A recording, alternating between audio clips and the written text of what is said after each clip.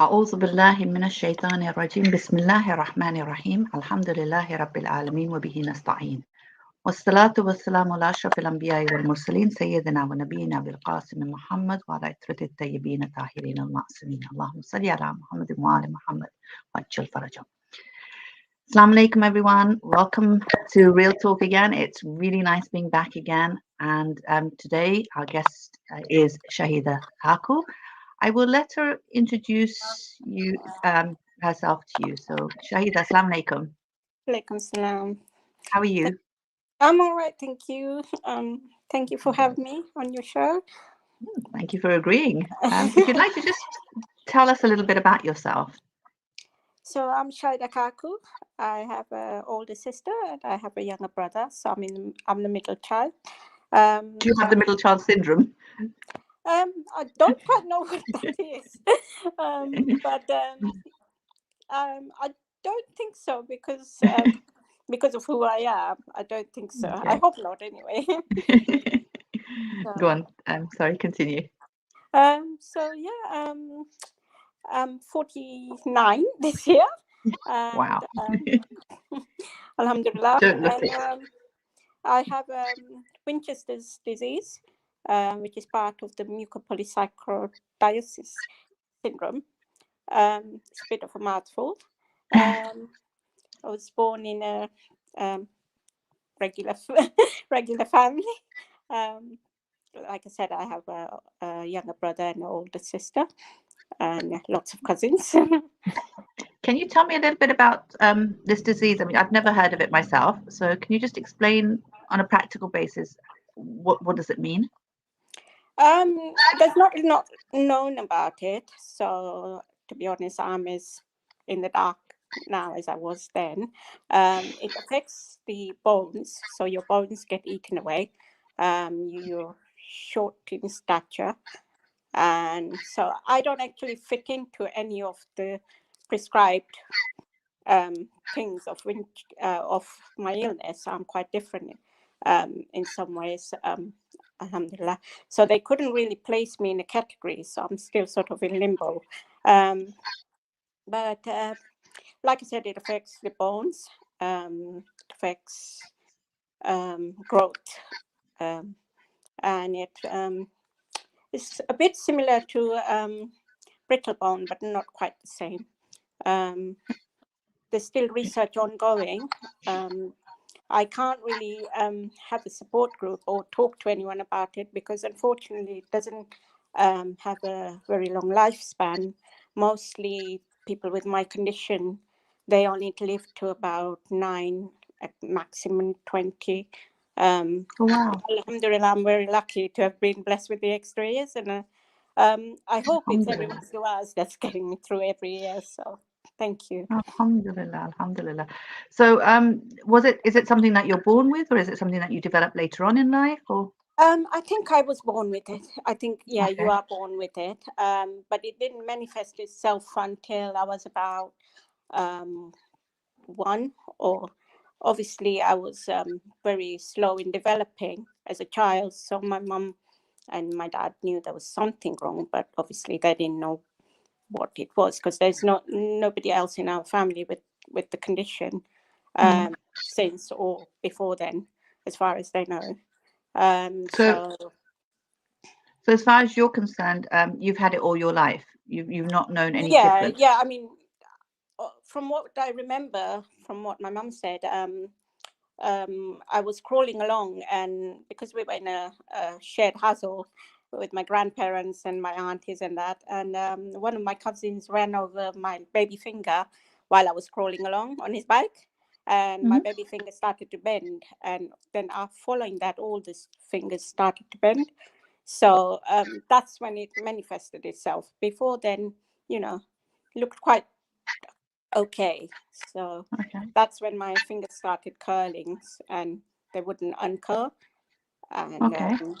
And so that's when they originally noticed there's something different. So in Kenya, we lived in Kenya, so there weren't many doctors at the time who knew what my condition was.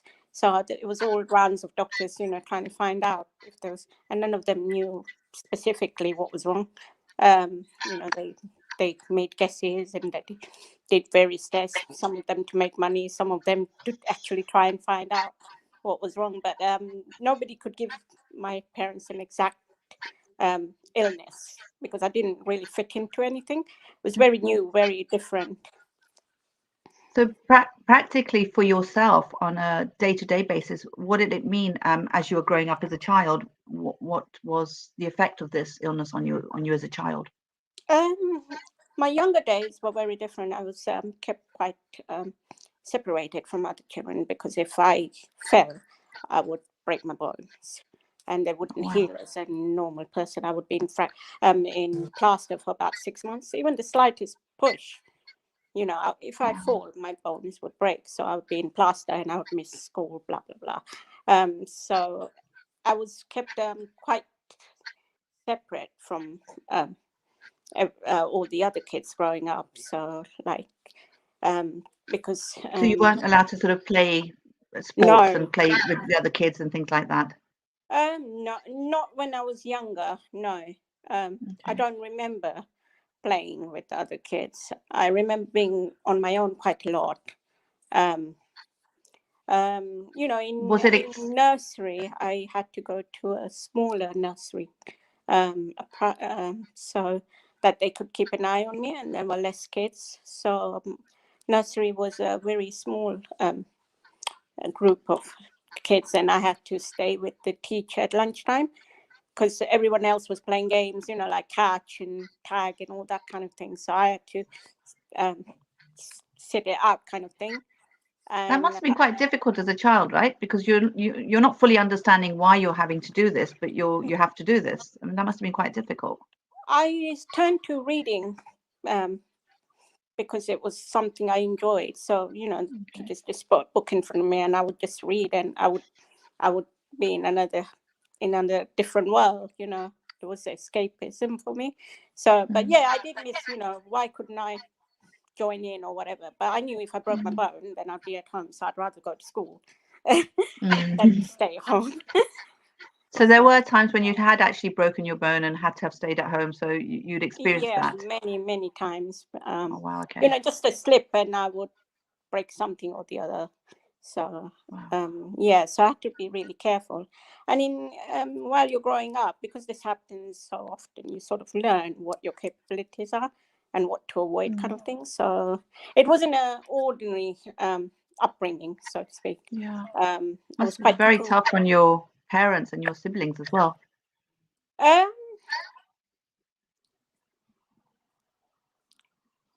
I don't remember my sister much because she was older, so she had obviously her school and you know, normal sort of life.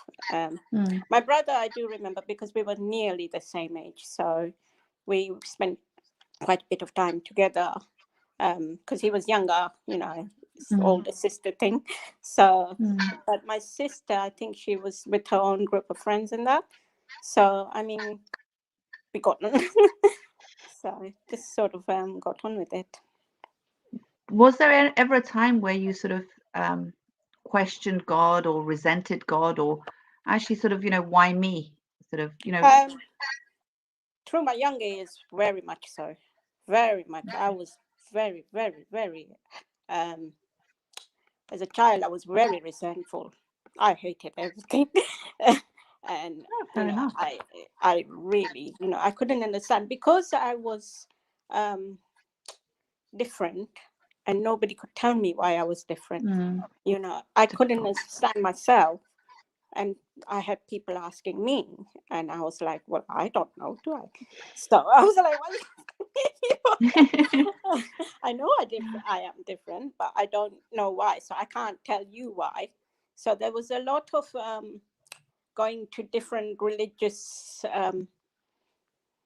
soothsayers and all sorts, you know, all sorts of doctors, all sorts of treatments, anything new that would come out, my mum would try. Because obviously at that time, as parents, they would just want to make you better. And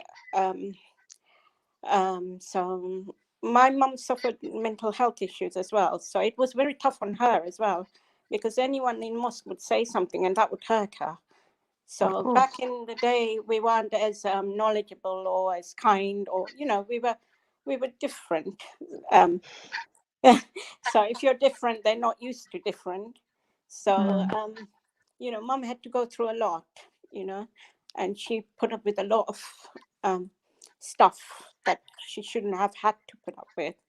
But alhamdulillah, as a mother, you do everything for your child, don't you? It How was did that tough on make her you as well. feel?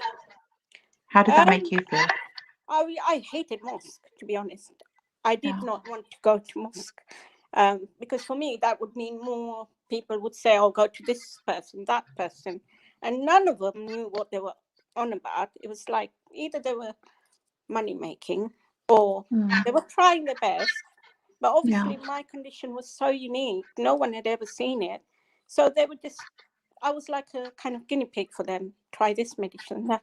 So it was very traumatic for me as a child growing up, because part of our culture is to go to mosque, and for me, mosque became a place of resentment, more trauma, to be honest. So I absolutely hated it in Kenya. But And I did love the community side of it. Not our community, to be honest. I used to, because I was, I didn't like it that much. I used to sit with we had mates back in Kenya. So me and my maid, or my caregiver, so to speak, would be sat, with the others. And I learned quite a lot, how tough their lives were and how different their lives were. And, they were quite accepting because, they weren't as judgmental, I found. um because you spoke the language, you got on, you cracked a joke, and you waited for Fatiha time, to be honest. So it was very how can I put it, different. yeah. So it seems like you felt more comfortable with being with the maids than you did with the kojas as such. Yes, in Kenya, because Okay. So I understand they were trying to be helpful, and I understand everyone wants to help, but in a way they were making life very tough for my mom and me. But they didn't realize, obviously everyone wants to, oh, she's not normal, we must fix her. But there's some things you cannot fix. And you just have to accept them as they are. But obviously they didn't realize, and I don't have any bad feelings towards them, no, but of I'm course just not. telling you how my experience Yeah. was. So when you're talking about fixing her, I mean, were they giving like du'as to recite, amals to do, and things like that? Yes, part of it was that, Mm-hmm. which was fine. I mean, I didn't have a problem with that. But part of it was different types of, I don't know what was in them, but different types of medication, or I Taweez and don't things. even I don't even know what was in them, to be honest, and Yeah. whether they made things worse, I have no idea. But all sorts of portions, and you know, um, the amount stuff I didn't have a problem with, like water and that kind of stuff. But there was some other horrible stuff that I had to try, and I did it. But it wasn't a pleasant experience for me. So why do it? Why not just ignore it? I was a child, so you did what your mum said Okay, at so your that mum time. obviously felt pressurized in doing things just in case they would work. Yes, yes. Okay. So do Um, you think it would help? I feel like in a general sense, whenever someone is going through a difficult time, so for example, if they're different, for example, if they can't get married or they can't have children, or anything that's not considered as norm according to how life is supposed to be, as a community, we try to help by giving them different amals and duas and things to do, and it does put quite a lot of pressure on them because you think about it, I'm one person telling that person, but there's another, God knows how many other people telling the same yeah. person, and it puts a lot of pressure because it's like you feel like, oh, what if I don't do it? What if this is the one that's supposed to be the key to me Mm, getting what I desire? So I'm, mm. I'm thinking, just thinking out loud, maybe it would be better for us to do it for them rather than telling them to do it? And I in mean, that way, you'll I don't have a problem with it. It's your faith, and yeah. faith is No, always no, a I good agree thing. with the faith. I'm just thinking if you've got 10 people coming to your mum and saying, giving 10 different amals to do, that's quite a burden on one person. Whereas if, for example, I decided to do the amal on her behalf because I'd heard this amal works and thinking, I'm doing it on her behalf because I don't want to burden her with even more, Mm. I feel like maybe that would be more helpful. It would, yes, it would be Yeah, nice because I just everyone feel is. like because sometimes I mean we're well-meaning, but we're not the only people who are well-meaning. There must in the community there are so many, and then you're Mm. bombarded with so much to do, and on top of everything else you have to do in normal day-to-day life as well. Yeah, that's true. But So, we yeah. grew up in a very different time. Over here is very different, and back home it was very different. So, it So was a what's the different. difference here? What do you Um, feel is different here? Here, people understand. They're more educated. Um, they're more accepting of different people. Okay. That's yeah, they're more So do you accepting, and like they going to try and mosque here? include you. Sorry. Do you like going to mosque here then? Oh yeah, I loved it there. Yeah. I mean, Okay. here it was a very big change for me. So like, what changed it for me personally, the religion side of things was see, I was, like I said, I was a very sad person growing up. I was very resentful of religion, of everything basically. Why is this happened to me, kind of thing. What have I done? Because I had all those dodgy people saying stuff to me. So as a child, you retain that stuff. So they were well-meaning, but everyone has different beliefs. So you pile all that on a young child, and that child really gets messed up. So it Yeah, was very for sure. difficult time that time. So what So changed? what changed it for me was we went. My mom's sister was in Dar es Salaam, and my cousin was there as well. So we went to visit them, and I loved it up there. My mom's sister is lovely, and alhamdulillah, she's alive and well. And she used to cook, and we used to, nice breezy house. So it was a nice change for me. But it was up some stairs, so I was still very resentful because they would go out shopping, whatever, and I couldn't go because there's 4 flights of stairs that I had to be carried down. So sometimes, I was quite housebound. So once again, the resentment came in. Oh, kind of thing. Why me and all this business? Why can't I just be normal, kind of thing?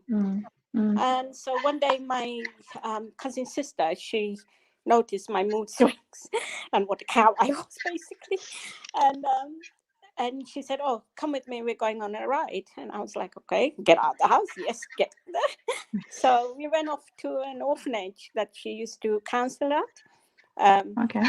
And it was the most amazing place. I mean, that was when my life changed. So we were in this orphanage, and she's showing me around, and she's like, all these kids, they've got nowhere, and all this, and come and have a look in my office, blah blah blah.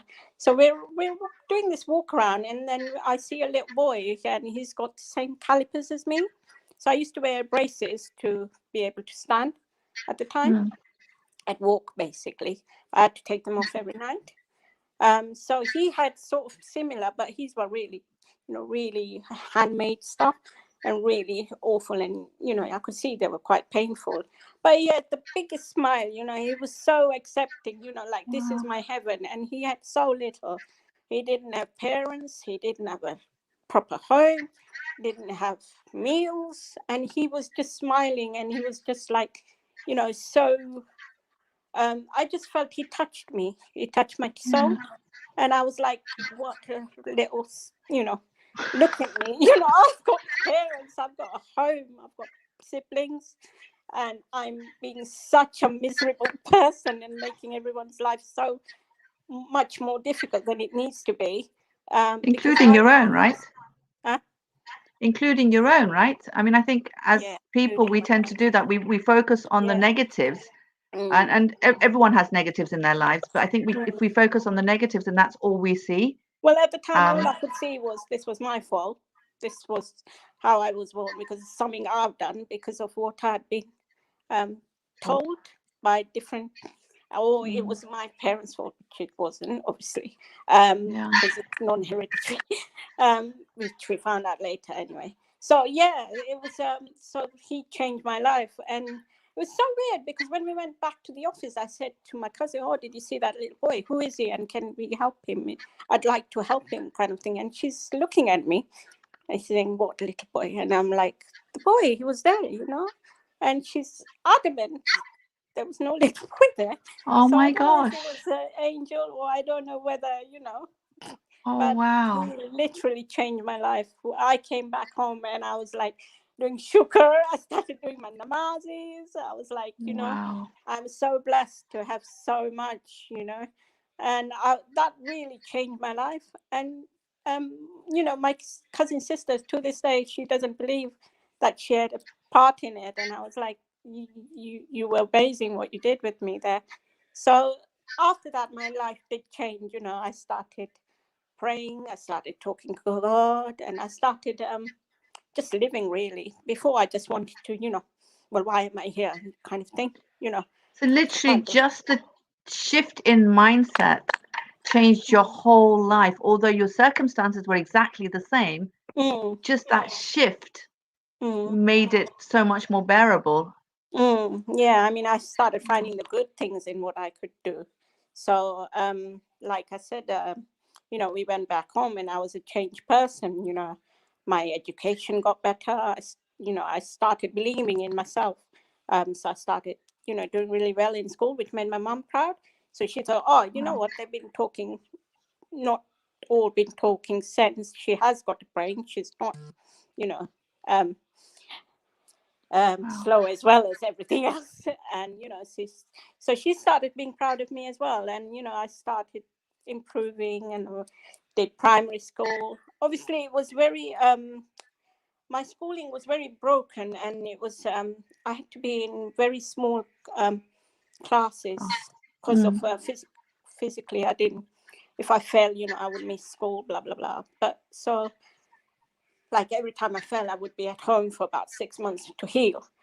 Couldn't move, couldn't do anything. Wow. Yeah. Were you So, able to keep your positive mindset when you went through like episodes like that, when you fell and things like that, when things started getting, became worse? they didn't really get worse. I became more careful. So, Okay. I realized my limitations. But alhamdulillah, I started thinking of things I could do. Like, I started Rather than what you challenging my can't do. body. Yes, I started challenging my body. So, I'll go back a bit. We were in Kenya, and alhamdulillah, my dad's boss and friend at the time, he said to my dad, we used to come here every so often for treatment. So we were seeing different doctors. And what happened originally was my auntie found this doctor. So she did a lot of online research, and she found out, oh, this professor's coming to Kenya, so you got to take her and meet him at least. And he absolutely changed my life as well. So we met this guy, and I was so against doctors and so against all these different type of soothsayers and all this. I was like, I don't want to go. I don't want to go. I've had enough, kind of thing. And they said, okay, just meet this last one, kind of thing. And alhamdulillah, he came home rather than us go to his clinic. And How old were you at this time, at this stage? I think I must have been about 8, I think. I'm not Okay, quite so you're still sure quite young. time frames. So it must have been around 8. So he comes home and, oh, here we go, prodding and, la-di-da. And, blood samples, this, that, and the other. So he comes and he goes, oh, what do you like reading? And that. So we were like talking about books, and while he was talking to me, he was examining my hands and looking at my bones, and and it didn't feel like an intrusion. It didn't feel like an intrusion. He was so lovely, and he used to work at King's College Medical Hospital. So yeah, he did his examination while we were chatting away, and I was like, oh my God, he's my best friend. He actually understands me, you know. Nice. He doesn't think I'm weird or, you know. Nice. So he's obviously seen a lot more in his life than our little Kenya had. So yeah, but he said, you know, and he said to me, you know, you're different, aren't you? And I was like, no, Sherlock, really? And I was like, I was I hoping love you your could sense tell of me. humor. And he goes, I've got some good news and I've got some bad news. And he's like, I'm like, give us the bad news first. At this point, you know, I'd become friends. I let my guard down by this time. He wasn't like your normal doctor, who, you know. So I was like, okay, give us the bad news. And he's like, I don't know what's wrong. I was like, oh, here we go. What do you mean you don't know what's wrong? He goes, I'll have to do further stuff, tests and that, and you'll have to come to the UK, and you know. But he said, but you're not. You're not. How can I put it? You're not different in the way that you think you are. And that had a profound effect on me, because he's like saying, well, they are that are different. So just accept your difference and be comfortable with it, rather than always trying to fight it. So yeah, he had a profound effect on my life, very positive effect. And then at the same time, my dad's boss and mentor and friend, a very, very, very lovely person, Roshan Mehrali, he was setting up his business site on this side of the world in London. So he's told Dad, you know, you come over here and oversee the running on this side, and you take her with you and you get her sorted. So he was so kind. He really helped us with the funding, and you know, so yeah, we upped sticks, and you know, it was very traumatic for my mom, because she was very family orientated and she hates the cold. So it was very traumatic for her. But you know, you do everything for your kids, don't you? So off we went. Wow. And we ended up in England. And then you went to see this doctor in King's? What happened is, it's really weird, because normally if you're overseas patient back then, you know, the NHS wasn't, you know, it was quite, it wasn't as it is now. So because we were from abroad, we would have to pay for everything. So we were just doing as we could manage, bits at a time.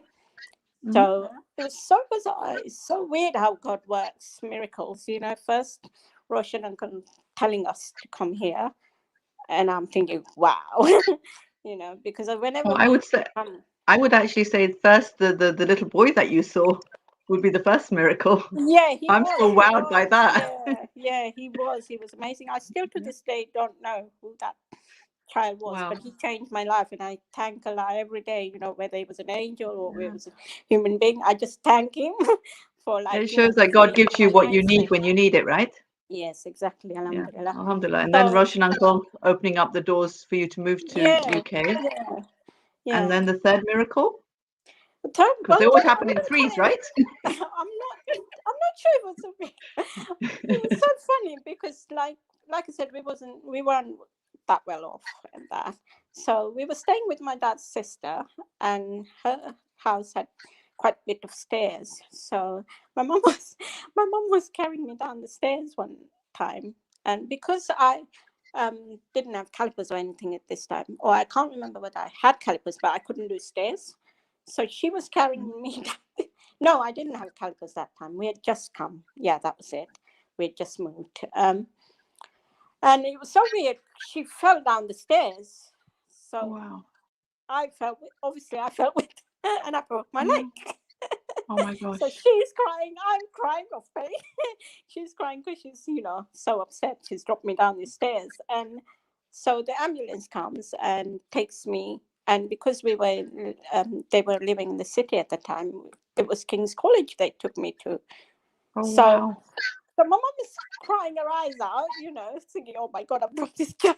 And she's got bones that break at the drop of a hat. And so obviously I had broken my leg, and we go to hospital. He's Dr. Stroud's there, and my mom's crying and all this. And he says to my mom, "Why are you crying?" He said, "I've dropped my child." Said, Yeah. I've literally dropped it out. He said, "That was the best thing you could have ever done." And I was like, "Wow, thanks, I'm in agony." Yeah. And he said, because it happened in this country, I They was have to treat admitted, you. and everything was free then, because it happened Oh, in this wow. country, and because I was a youngster at the time. Um, Yeah. so he stuck me in there. He said, "You're not leaving this hospital until I sort something out for you." And I was like, Wow. "Wow, That's thanks." amazing. You sort That my is leg out. absolutely amazing. Yeah, so it's so Wow. weird how things come about. Um, Yeah. It's so like we plan and yeah, Allah plans, and Allah's the best of planners, right? We he just need is. to learn Yes, to leave it to him. even if we don't see it at the time. Ah, wow. Yeah, so I spent about a year, and they put me in tractions to straighten my legs. So what was happening before was, when I was a youngster, because I couldn't walk, I had a fall back home when I was quite young. Our house got flooded, and I started to help because it was Sunday, so we didn't have any help. So I, being a child, thought, "Oh, this is great, let's have some fun." So I was helping, playing, come stroke trying to help, and I slipped and fell and broke another leg. Oh my so gosh. so after that fall, I couldn't actually walk. So I had a little tricycle which I used to go around in everywhere. So that was my movement. Either I was carried or I had to use this tricycle to go around in. So so because of using that tricycle, my legs became even more worse. They were bent to about 90 Okay. degrees. So first of all, he said, "Well, we're going to straighten your legs first and sort you out that way, so that at least you can walk." And I was like, "I can walk?" I was like, "Whoa, what's all this about then?" So yeah, it was very painful, that time, traction, because you had weights put on your legs to literally straighten them. And it took about a year. It would probably have taken 8 months if me and my dad hadn't cheated, because it was so painful. In the nighttime, he would reduce the weights. So Oh, he obviously couldn't bear his child in pain. yeah. And I was a little, I was like, bribery, anything to stop the pain. I was like, "I'll be so good, I'll be so good." I need to sleep. So he used to take a bit of weights off, and, I could sleep. But Alhamdulillah, yeah, they straightened my legs and they put calipers on me, and that gave me my life back because I could move. So I Wow. could then go on to prime school, and I would fall and break something out of action for a bit, but I had freedom then. So yeah, it was Alhamdulillah. So then, And as you got older, then did you go to college and? I did my primary school, and then Mhm. when I was before I came to this country, I'd done my GCSEs. So again, we cheated.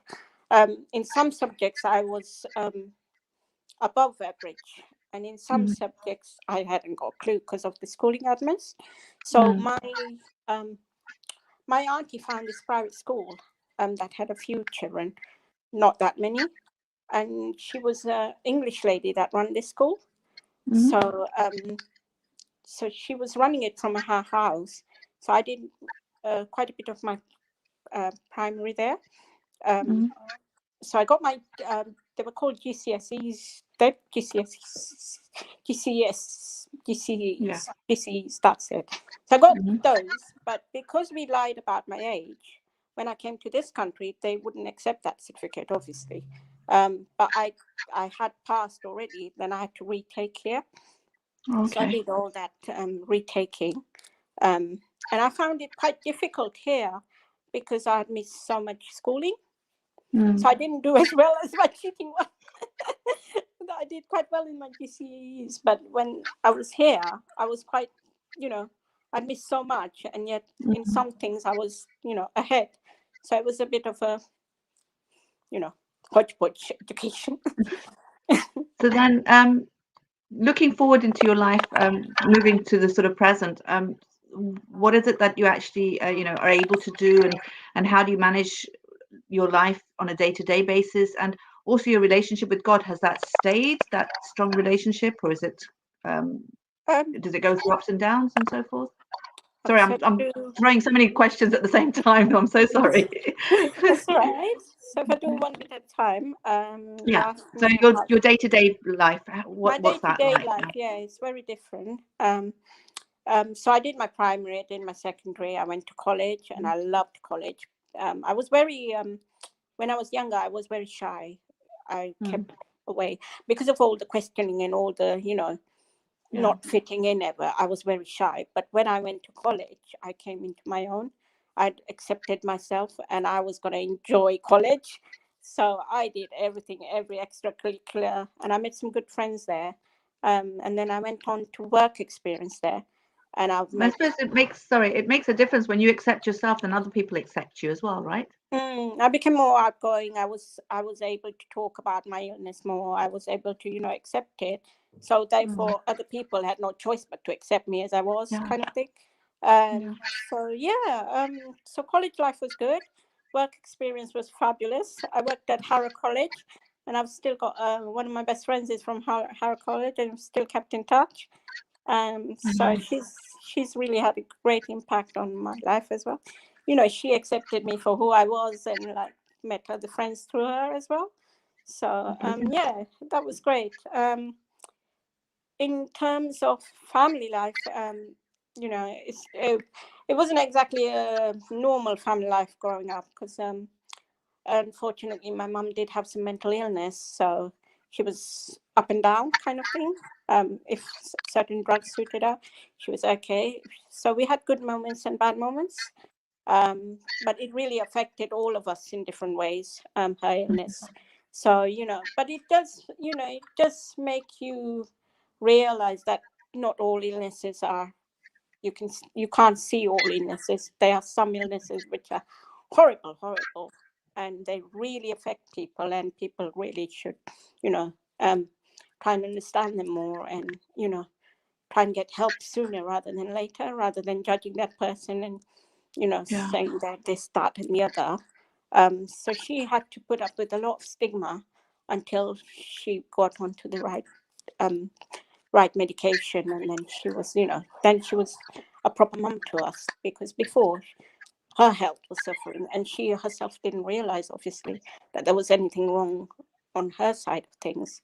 So we had a very Yeah. mixed up upbringing, but in a way it made us really strong as people, I because we suppose could the greatest see. lesson here is to sort of realize that, when one person is suffering from mental illness, it's not just that person, but the impact of other people around them. And I Mm, think by us not accepting that mental illness is an illness, mm, then people are, one, not accepting of the help that's out there, and two, maybe worried about accepting, so then other people will know, and the stigma that's attached to that as well. I think yeah, that's really sad, because yeah, like it's you said, very once she sad. got the help, it made a huge difference to all of you, not just to her as Yeah, well. it made especially to me, because I couldn't understand why she was being how she was being with me, especially because we were always together. So my sister had Mm, married, and my brother was able-bodied, so he could, he had his own life. yeah. He had more of a normal upbringing than I did. But because me and mum Mm, were always together, because of my disability, I went through the brunt of it. Um, but I also learned a hell of a lot about her illness. So I wouldn't change anything for anything really. But I'm very glad that I saw her at her worst and then at her best as well, because it made me mm, understand that it wasn't me; it was what was her condition as well, yeah. and how she had got to go through what her journey. Um, because it's very difficult. Um, um, to be a mum to someone who's not normal. Well, I wouldn't say normal. I've never been normal anyway. To someone different, because there weren't Mm, any many. differences, or if we didn't know about them, to be honest. Yeah. Wow. Um, So now, in the present day, what's life like for Shahida Khaku? uh, I mean, I was going to say about how religion had changed me. So Yeah, I please. mean, my grandparents were a very big influence. They Mhm. were always my grandma. When things got tough at home, I used to go to my grandma's house to just have a bit of a break. My grandma was wonderful. She didn't force religion down you. She explained about Karbala. She did majalis. She did, just listening to her, you felt so close. And that's how, I opened up my heart to the imams. And once I started talking to them, every time I was going through a struggle, it was like, why can't I? Why can't I climb stairs? Why can't I do this? So it was so weird because, like, every time I would struggle, I would talk to them because now I had started to understand my religion a little bit more. I wasn't resenting anybody. It wasn't my fault, sort of thing.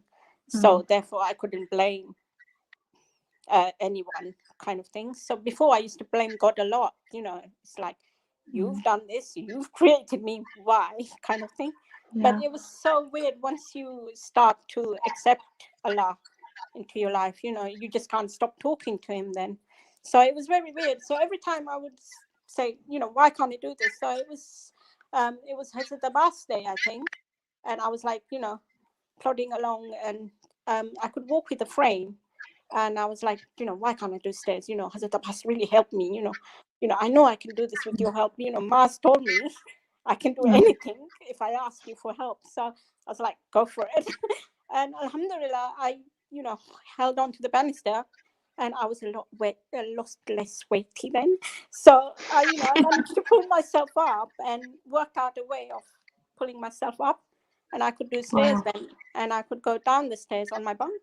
So there was Wow. always a workaround. So every time I asked, I would always get a workaround. It wouldn't be a cure, Nice. but you can get different workaround things. So, Mm. and then I think it was Mum Staines Day. I was like, I really want to get rid of this frame. I know I can do this. Just help me do this. It was the confidence thing, because I was Mm. wobbly, and I thought, if I fall, another 3 months in bed or whatever. So it was just a confidence thing, and I really asked him for help and left the frame, go for it, never looked back after that. So I Wow. had quite a few years that I could walk unaided, and I could do stairs, and I tried to do, once movement came, the more I worked my body, the easier it got. And obviously, as I said, I was a bit more slimmer then. So it was easier to move. So, I Wow. found freedom. The more I asked, the more I got. And it was just this lack of blame, really, and just acceptance. Okay, you made me like this. There must be something you will give me instead of it, kind of thing. And it That's just kept amazing. happening and happening, and it just increased my belief. And Ma was a very big part in that. She didn't shove religion at you. She just talked you through it, and you Yeah. automatically really got an attachment. Um, Wow. so that was really profound people in my life. That's amazing. And it's amazing that you have that connection where you can actually talk to, to these holy personalities and I get the don't strength from them. know. Yes, I do get restrained. That's Sometimes you think, amazing. you know, our religion is very, well, all religion is like you can't see it. Do you know what I mean? So it's very hard to convince yourself that it is real. Yeah. I always have this argument with atheists, but it's just comes from within. You either believe or you don't. So Alhamdulillah, once I let myself believe, the faith just grew. That's I'm not saying I'm amazing. an angel, by no means. That's absolutely amazing. I hear that on top of all that, you're an amazing painter as well. Wouldn't say amazing. It's a bit of a hobby, but it's coming very handy in COVID. It was very handy. So I used to talk to a friend, and he had a stroke, and so I used to help him do his shopping and stuff.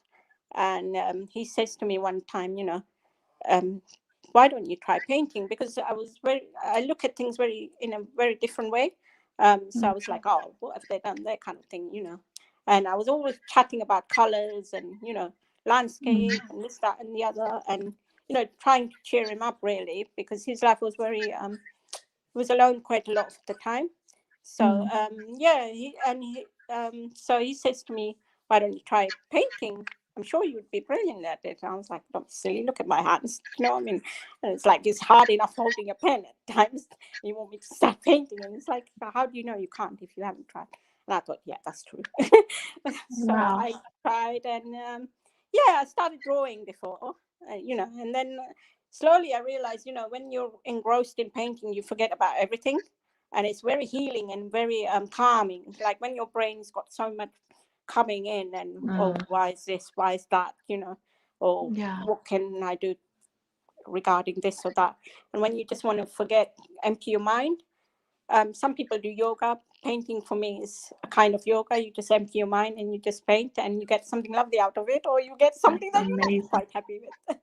And you just That's work absolutely amazing. It's amazing that you're able to stay positive and not restrict yourself and limit yourself, and actually sort of keep pushing yourself to the boundaries and trying new things and trying different things.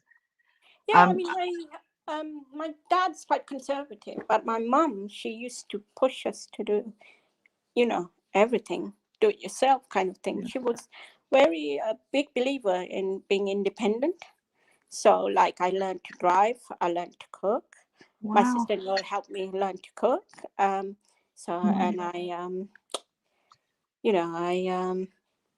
I go swimming. And so she, every time my dad was like, no, she's not going to drive. She's got a car. Look at the size of her or whatever. And I'm like, you know what? Now that you said no, I'm going to do it. Good on you. Good on you. And I thought, brilliant. And I made a promise to Mum. I was like, you know what? If I manage to do this, I will take you to mosque.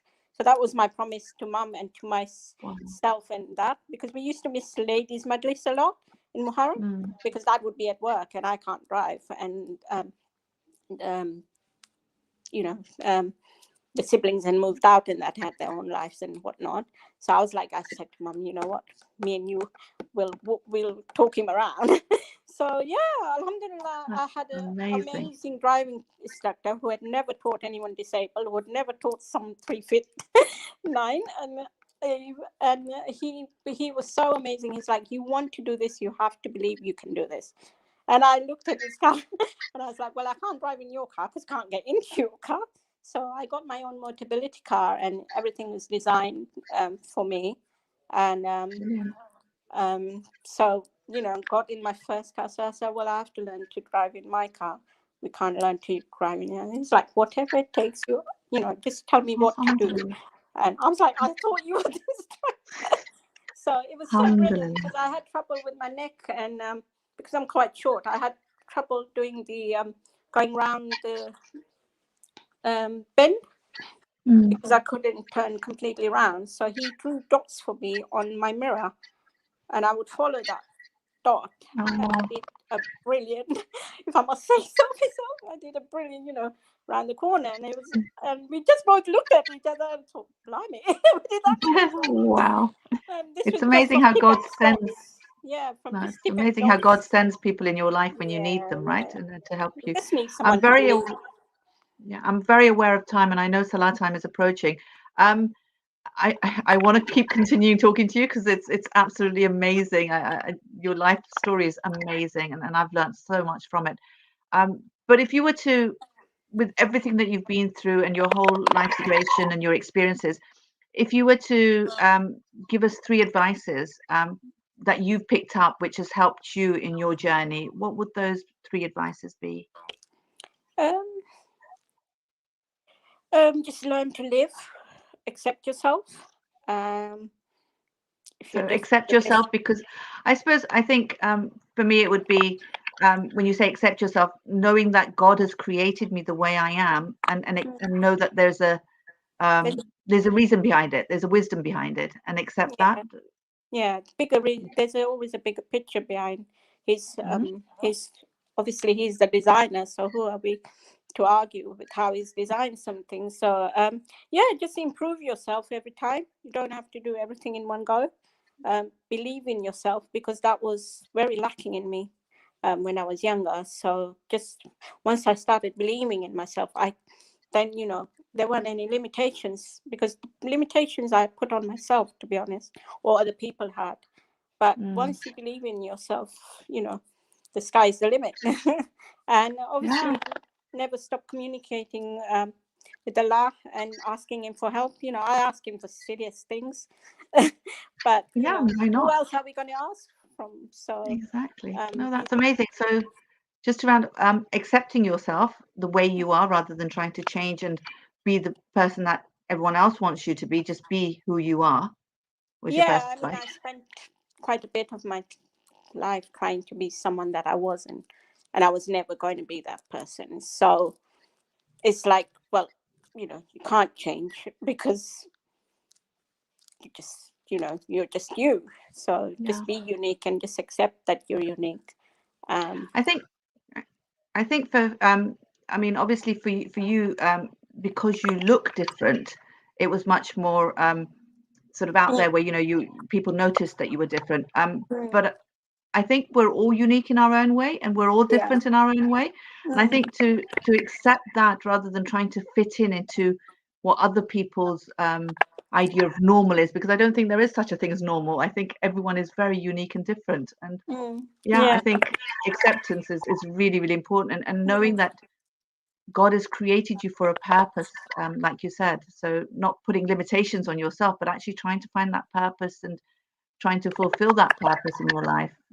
yeah, To that's right. I mean, it doesn't have to be, you don't have to be um part of an organization. Just touch people every Yeah, day. Just do something good every day, and you will feel better yourself, because at the end of the day, you help others help you 10 times more, with their duas, with whatever you need at the time. And it's so weird how God works in mysterious ways. They always say that, but I found it's very true.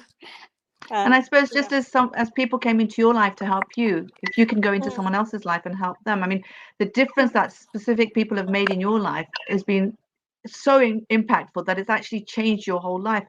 And for us to be given an opportunity to do that to someone else's life is amazing. Why it wouldn't we is, want yeah. to, right? Yeah, I mean, No, my that's sister, amazing. she's always been a constant in my life, through all the ups and downs that I've gone through, physically, mentally, life throws different scenarios at you, but she's always been my constant, grounding me. And my brother as well, he's the jokey one, so he will just laugh at something stupid and get over it, kind of thing. But That's yeah, and my brilliant. sister-in-law, she's amazing as well. She's very trusting with her kids. So because I'm not a mum, I felt I was missing out. So as far as she's concerned, take them. So I had quite a bit of input, like with both sides, with my sister's kids and my brother's kids. They're very trusting, and they will. I was an auntie, so it didn't matter that I wasn't a mum. It's like That's auntie's beautiful. much more better, because you get all the cool You can stuff. give it back. So Yeah, you yeah, get to do all the fun stuff without doing all the, hard work. disciplining and everything. Yeah. No sleepless nights, Alhamdulillah. all the hard work. So yeah, Alhamdulillah. there's always balance in what he gives you. Yeah, brilliant. So accepting yourself, believing in yourself, not limiting yourself, and the third one was constantly be talking to him. Yeah, This is outside the salah, right? It's not just praying to him, but actually talking to him. I actually I do my sajdas, and I do shukr sajdas a lot. And I do talk to him in sajdas sometimes when I'm really sad or really upset, and it's really calming. I can't explain it. So that time Mm, is mine and his time. And but mostly it's like at night, when it's just me and him. And I talk mm. absolute rubbish sometimes, and I wonder, why have I not been struck? But but sometimes it's at those moments when you need him the most that you find clarity, you know, you find a solution. You think, you know, I need to do this. You said you've said you would help, you know. So I'm asking you now, you know, this is the time I really need you. Like when, And you get answers, right? In your alhamdulillah, heart, yes, you get answers. It's like, it's alhamdulillah, not yeah, just you. Yeah. I think it's yeah, actually once you've experienced it, once you've actually spoken to him and yes, experienced him replying you back, then you don't want to stop. But it's like initially, I think it's just really, how can I just talk? It feels a bit weird yeah. at the It's beginning. really hard to explain, Yeah. because, you know, you could be a bit cuckoo, but it's really hard to explain. It's like you wouldn't have thought of that yourself Yeah. unless you were getting something from somewhere. Mm, So I've always, like, the biggest crisis in my life, I've always, you know, gone to him and, you know, just begged, pleaded, whatever I brilliant. needed to do. Is like, you know, you understand me. There's no one else who understands me better than you. You created me how I am, so you must have a solution somewhere. So you just have to keep trying, and it'll come to you yourself, and you will sort it out yourself. But it'll be from with his help. um you don't realize when you're, you know, you're just talking to me, suddenly it's a ping moment, and you think, oh my god, why didn't I think of that before? And you think, well, I didn't think of that, you know, it was It him came from him. helping me. Yeah.